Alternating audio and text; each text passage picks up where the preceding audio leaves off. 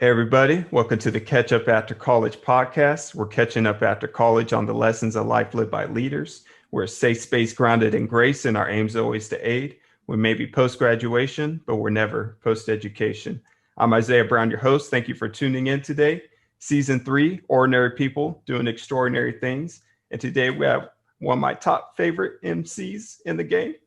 It is Mr. Sho Baraka. How you doing? Doing great, man. Thank you for that introduction. Yeah, It's always good sure. to be somebody's favorite. Oh yeah, it's all good. And we have this Or one crazy, of their favorites. yeah, as long as you're on the list. But Yeah, right.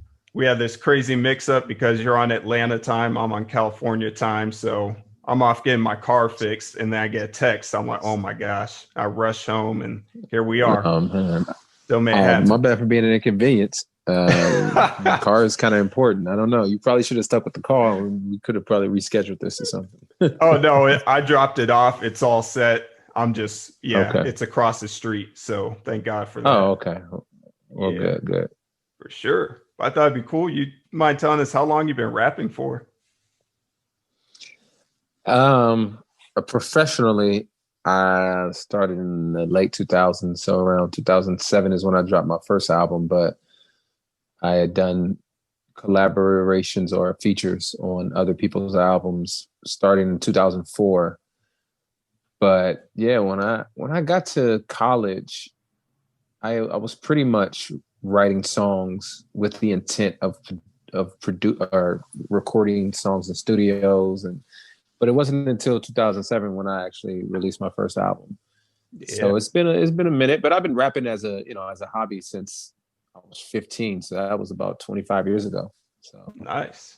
And you yeah, freestyle and all that kind of stuff?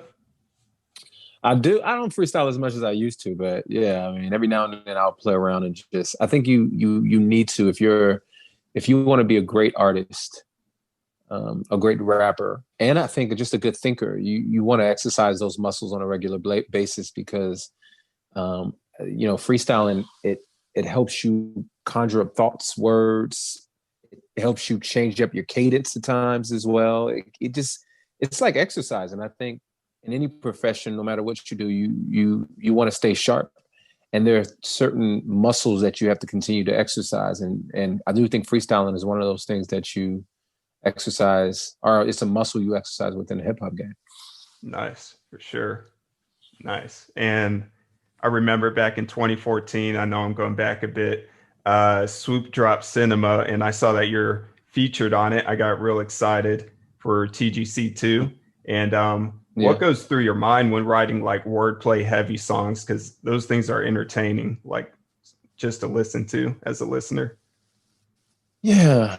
What goes through my mind? I don't really know what goes through. I think, there's two things, there's two ways that's come to mind for me on how I write certain songs. One is I could be just walking down the street and something pops up in my head. And what happens is I either write it down in a note or I take a voice memo to, store it away for later. And so a lot of times when I'm writing songs, some of those lines are coming from things that I've archived from, a year ago, weeks ago, days ago. So that's one way. The other way it is you get a song from a dude like Swoop and you see that he's killing it and you're like, oh, he's not going to embarrass me on this track. Mhm. So Yeah. you sit down and you think about the concept of the song. You think about what you wanna communicate, and then you start thinking of metaphors, double entendres, and similes that can communicate what you're trying to express. And so yeah, I mean, for me, it's always a challenge I'm always encouraged to be challenged by great writers, and I think some people just have it in them. Some people can build that muscle and work towards being, as you can say, lyrical and good with words. But I think some people they have it because of the environment they grew up in. So their parents use big words, or their parents use certain types of poetic language, and it influences you and you just think that way. And I think I'm the kind of person who just thinks in metaphors and double entendres. It also helps. I'm a very visual person. I studied film and television in school. And so I think of a lot of word pictures. I think of just different ways of communicating, and I think that helps me as an artist, as a rapper. Nice. That's awesome. And I could go all day on the music questions, but this is a podcast about college. So I guess we got to talk about that too. But you mind telling us where you're from and can you describe what your life was like before college? So I'm from Southern California, what is known as the Inland Empire, and San Bernardino, Riverside County area, and loved it. Loved growing up in California. Great parents. Parents divorced when I was fairly young, but there were times when I would live with my mom or I'd live with my father. So back and forth, played a lot of sports. Sports was somewhat of a thing for me growing up. I also liked writing, so I was a part of the journalism team of my high school. And I think that's the first time I probably ever communicated that on a podcast. So you're getting some exclusive right now. Hey. Then, but I also was, for those folks who grew up in California, especially in the 90s, gang life was serious. And so I had, although I wasn't a gangster, I ran around with gangsters, had cousins and brothers who were affiliated. And so there was a mix of just wanting to be an athlete, wanting to be studious, but also being caught up in street life. And so when I got to around 11th grade, I knew that I wanted to go to a HBCU college, historically Black college and university. And there were a couple on my list, and Tuskegee University was the one that kind of stuck out the most. And so I ended up graduating high school and going to Tuskegee University. Yeah. What made you want to go to a Black university? School days, Spike Lee School Days. And also A Different World in the TV show. Those TV shows really impressed on me this idea. Like, growing up in California is very diverse, right? And we don't have HBCUs in California. But my father would take me to the classics anytime the classic was being played at the Coliseum. We would go see those colleges and we would watch the performances at halftime. And I grew up in a household that really encouraged me to study Black history, love Black identity. And so for me, HBCU was just something that created an indelible impact. Those stories, those movies and TV shows were just intriguing to me. And so I wanted to see what it was like to go to a Black college and experience that. And so there were a couple that were on my radar. Grambling was one, Langston in Oklahoma was another. But Tuskegee was the one that ultimately won out. Nice. Man, I need to watch those movies for sure.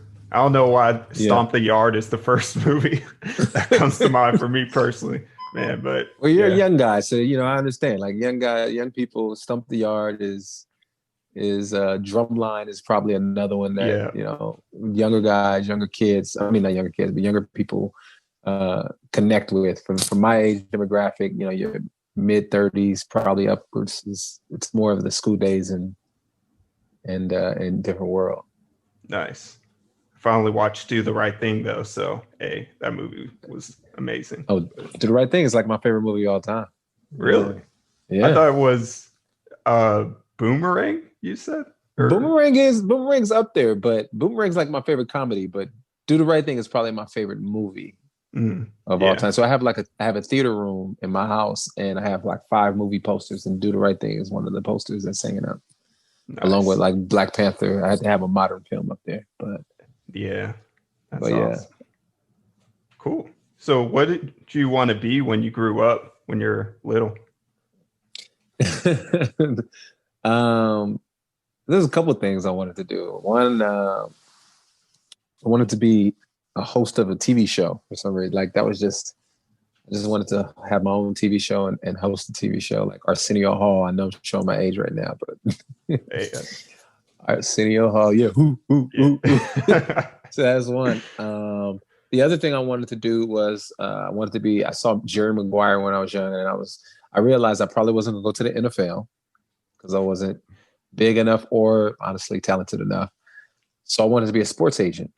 So I went initially when I went to college, I studied sports administration or business administration, and with the hopes of being a sports agent one day. But yeah, man, a writer. I wanted to write books, like fiction. As a kid, I used to write a whole bunch of stories as a young man. Hosting a television show, and then I think, a sports agent. Those are the three things that I can really remember the most dreaming about. Yeah. And being a podcast host now, do you feel like that's the first time you got to use those skills, or do you feel like you got to use it before in the past? Oh no, I've been able to. I've been in some films. I've been in 3 feature films, done some television spots, commercials, hosted. I won't say, I don't think I've ever hosted a television show, but I've been on television shows. So, it's interesting, and there's still time, obviously. Those times dreaming as a young kid, looking in the mirror, acting like Arsenio Hall or acting like I'm interviewing folks. It actually is crazy how that pays off, because once again, you built those muscles as a young man, and you dream those things up. And then when you get there, you're actually sitting in somebody's chair on TV, and they're asking you questions. You kind of play those things out in your head. And that's why I think it's important to dream. It's important to live out, like in sports.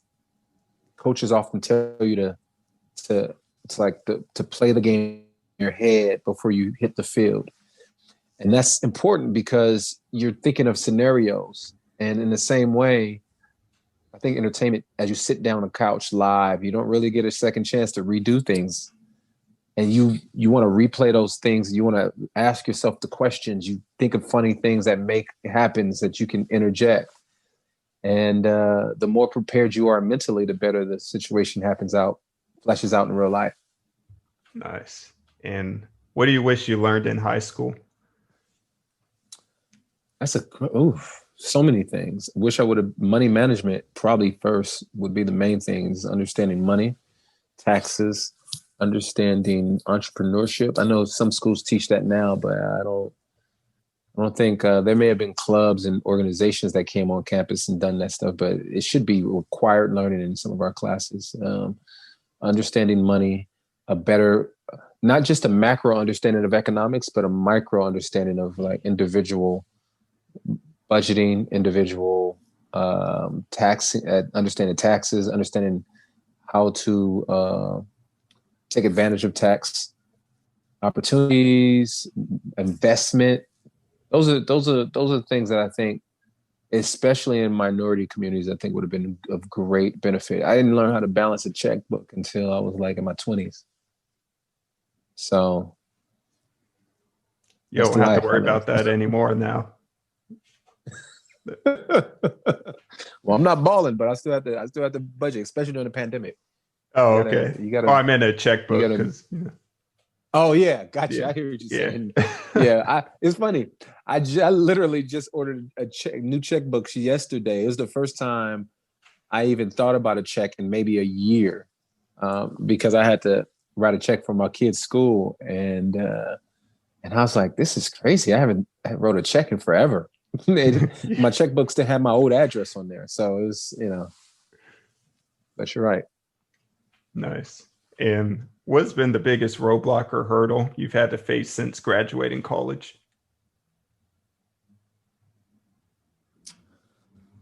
I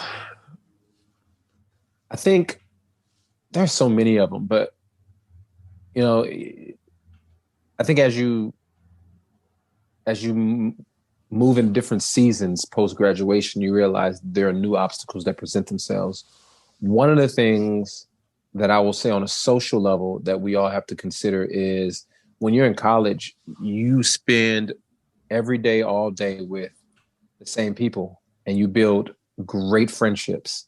And it's the intensity in which you build a friendship in college there's nothing paramount to that outside of there, unless you work in a place where you get along with great people and you see each other every day and there's great camaraderie.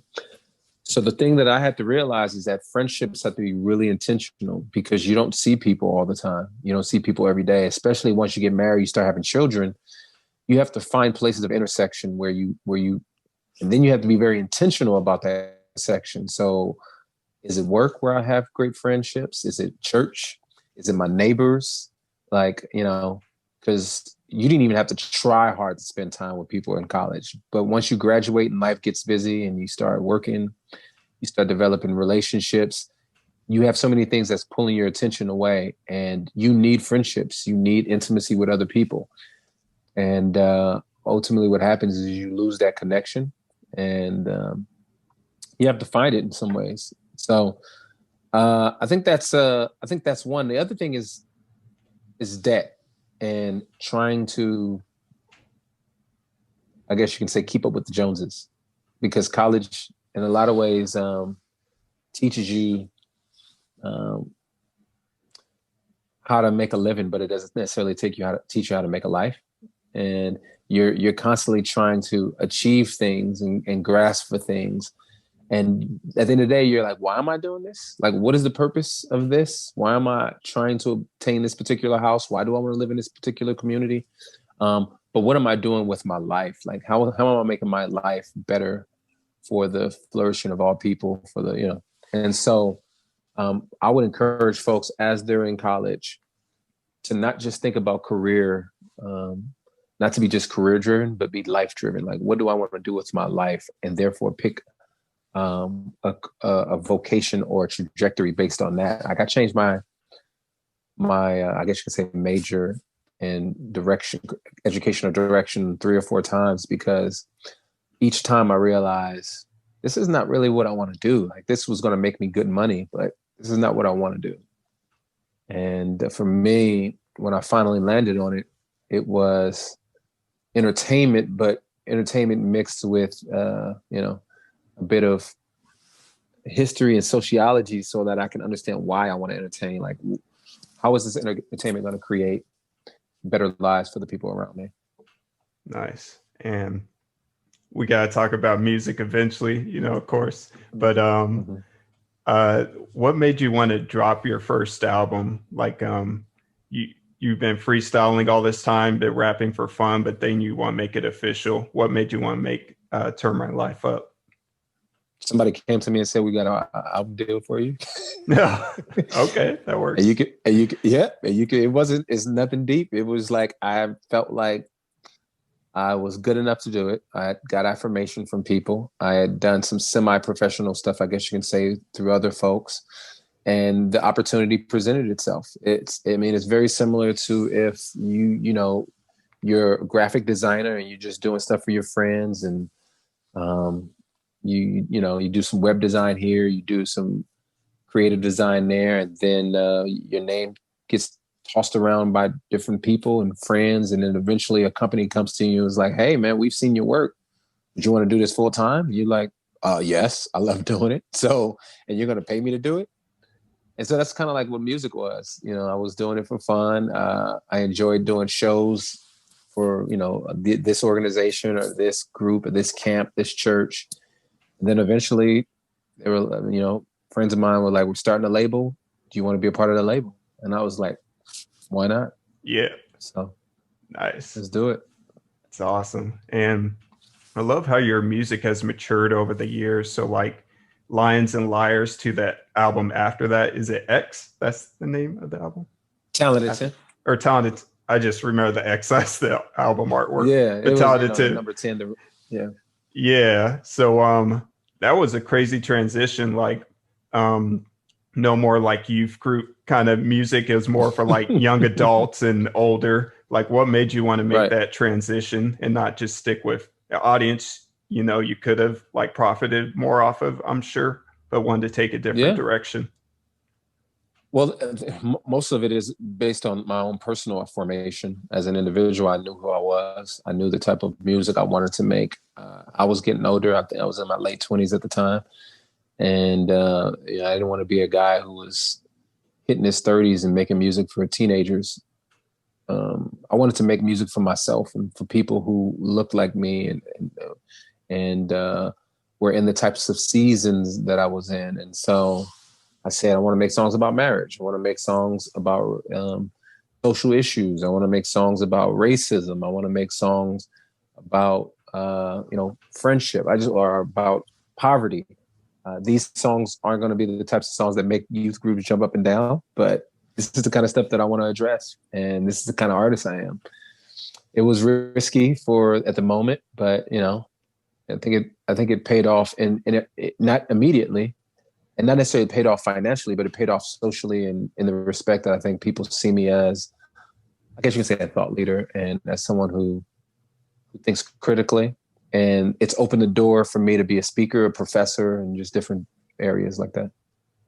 Yeah, that was a great leap of faith. I remember I was on my way to college. I was on a plane listening to it when it came out. I was like, "Oh, I don't think you can say that." And as a Christian rapping, I don't know if you can say that.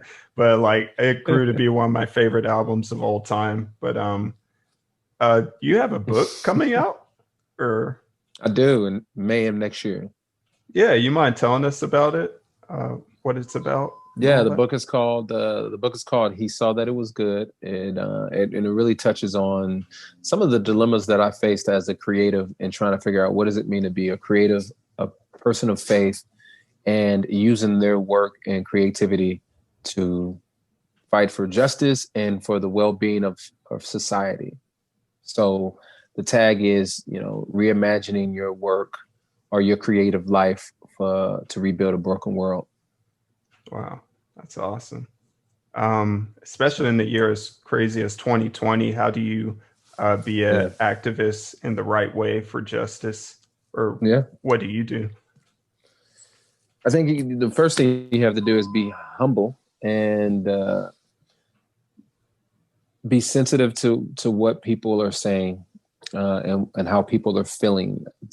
There's a quote from a book, People's History of the United States, I think it is, the People's History of America, Howard Zinn. He says that the cries of the poor are not always justified, but if you don't listen to them, you'll never know what true justice is. And I think that's, a foundational truth of what justice is just having a posture that's willing to listen to people and to hear the cries of the people. And every time someone cries injustice, it may not be injustice. However, if you don't listen, then you'll never know what true injustice is. And so that's the first thing. And then two is just the courage to act. I think, you once you hear and you witness a need, do you have the courage to go out there and speak truth to power? And those are the two things that I think are necessary for healthy activism in our society. Awesome. That's great stuff. Dropped a lot of gold today. And speaking on books, any books, podcasts, or learning resources you recommend? Oh, there's so many. I don't. For those post graduation, graduating college. Man, I don't know. I'm trying to think of a book that I've read recently that's good on that. I'm not sure. I don't have any. I can't think of anything that's paramount to the podcast. But books that I've read recently, there's one book that that I just got done finished reading. If it's around policing, it's called The End of Policing by Alex Fattal. Really good book. The book called Time on Two Crosses by Bayard Rustin. It's his writings. He was an advisor to King. He was a thought leader and a pacifist. And so he's an interesting guy, just kind of reading his thoughts. Reading While Black by my man Esau Macaulay, a friend of mine, professor and theologian, is a good book. And those are just three that immediately come to mind. I'm really into fiction, so right now, one book that I love that it's about coming of age, but it's not necessarily about post graduating. But Toni Morrison's Songs of Solomon is about a young man who's discovering himself, and I think that's a great book. So, yep. Nice. That's great. And last question for you. It's a two-parter. If there was one thing you could ask your future self, what would it be? And if there's one thing you could tell your high school self, what would it be? The question I would ask my future self is, do we still have hair? If so, good. If not, I got to figure out because my head is too huge and too ugly to be going bald. So, and is the world more sane? Future self, is the world more sane, or do I need to prep for insanity? My high school self, I would tell my high school self, don't get those credit cards in college. Nice. That's good. They were not helpful. And yeah, and you definitely married the right woman. That's awesome. Love that. Yeah. Cool. Well, I just wanted to encourage you before you go that you're a good man and good father, a good husband. Your life really sets an example for those who look up to you. And yeah, there's more in your life to come. Like you've done so much already, but there's even more that's going to happen. So yeah, thanks for coming on today. Thank you very much, sir. Appreciate Yeah, you. it's all good. And You one have a good promoting. one. Oh, you want to promote anything before you go? Oh, two things. Yeah, I have a site, Fourth District, where we podcast. There's a lot of podcasts. There's a lot of videos that we're putting up. We will be putting up more. And then the AND campaign, which is an organization that I helped start and centers around justice and advocacy from the Christian perspective. So, yep, Fourth District and the AND campaign. I would say check those organizations out. Awesome. Cool. Well, great stuff. And yeah, for everyone else, as we're maturing, we're going to keep learning, stirring up, and chasing after what our Creator created us to do. So have a good one, everyone. Peace.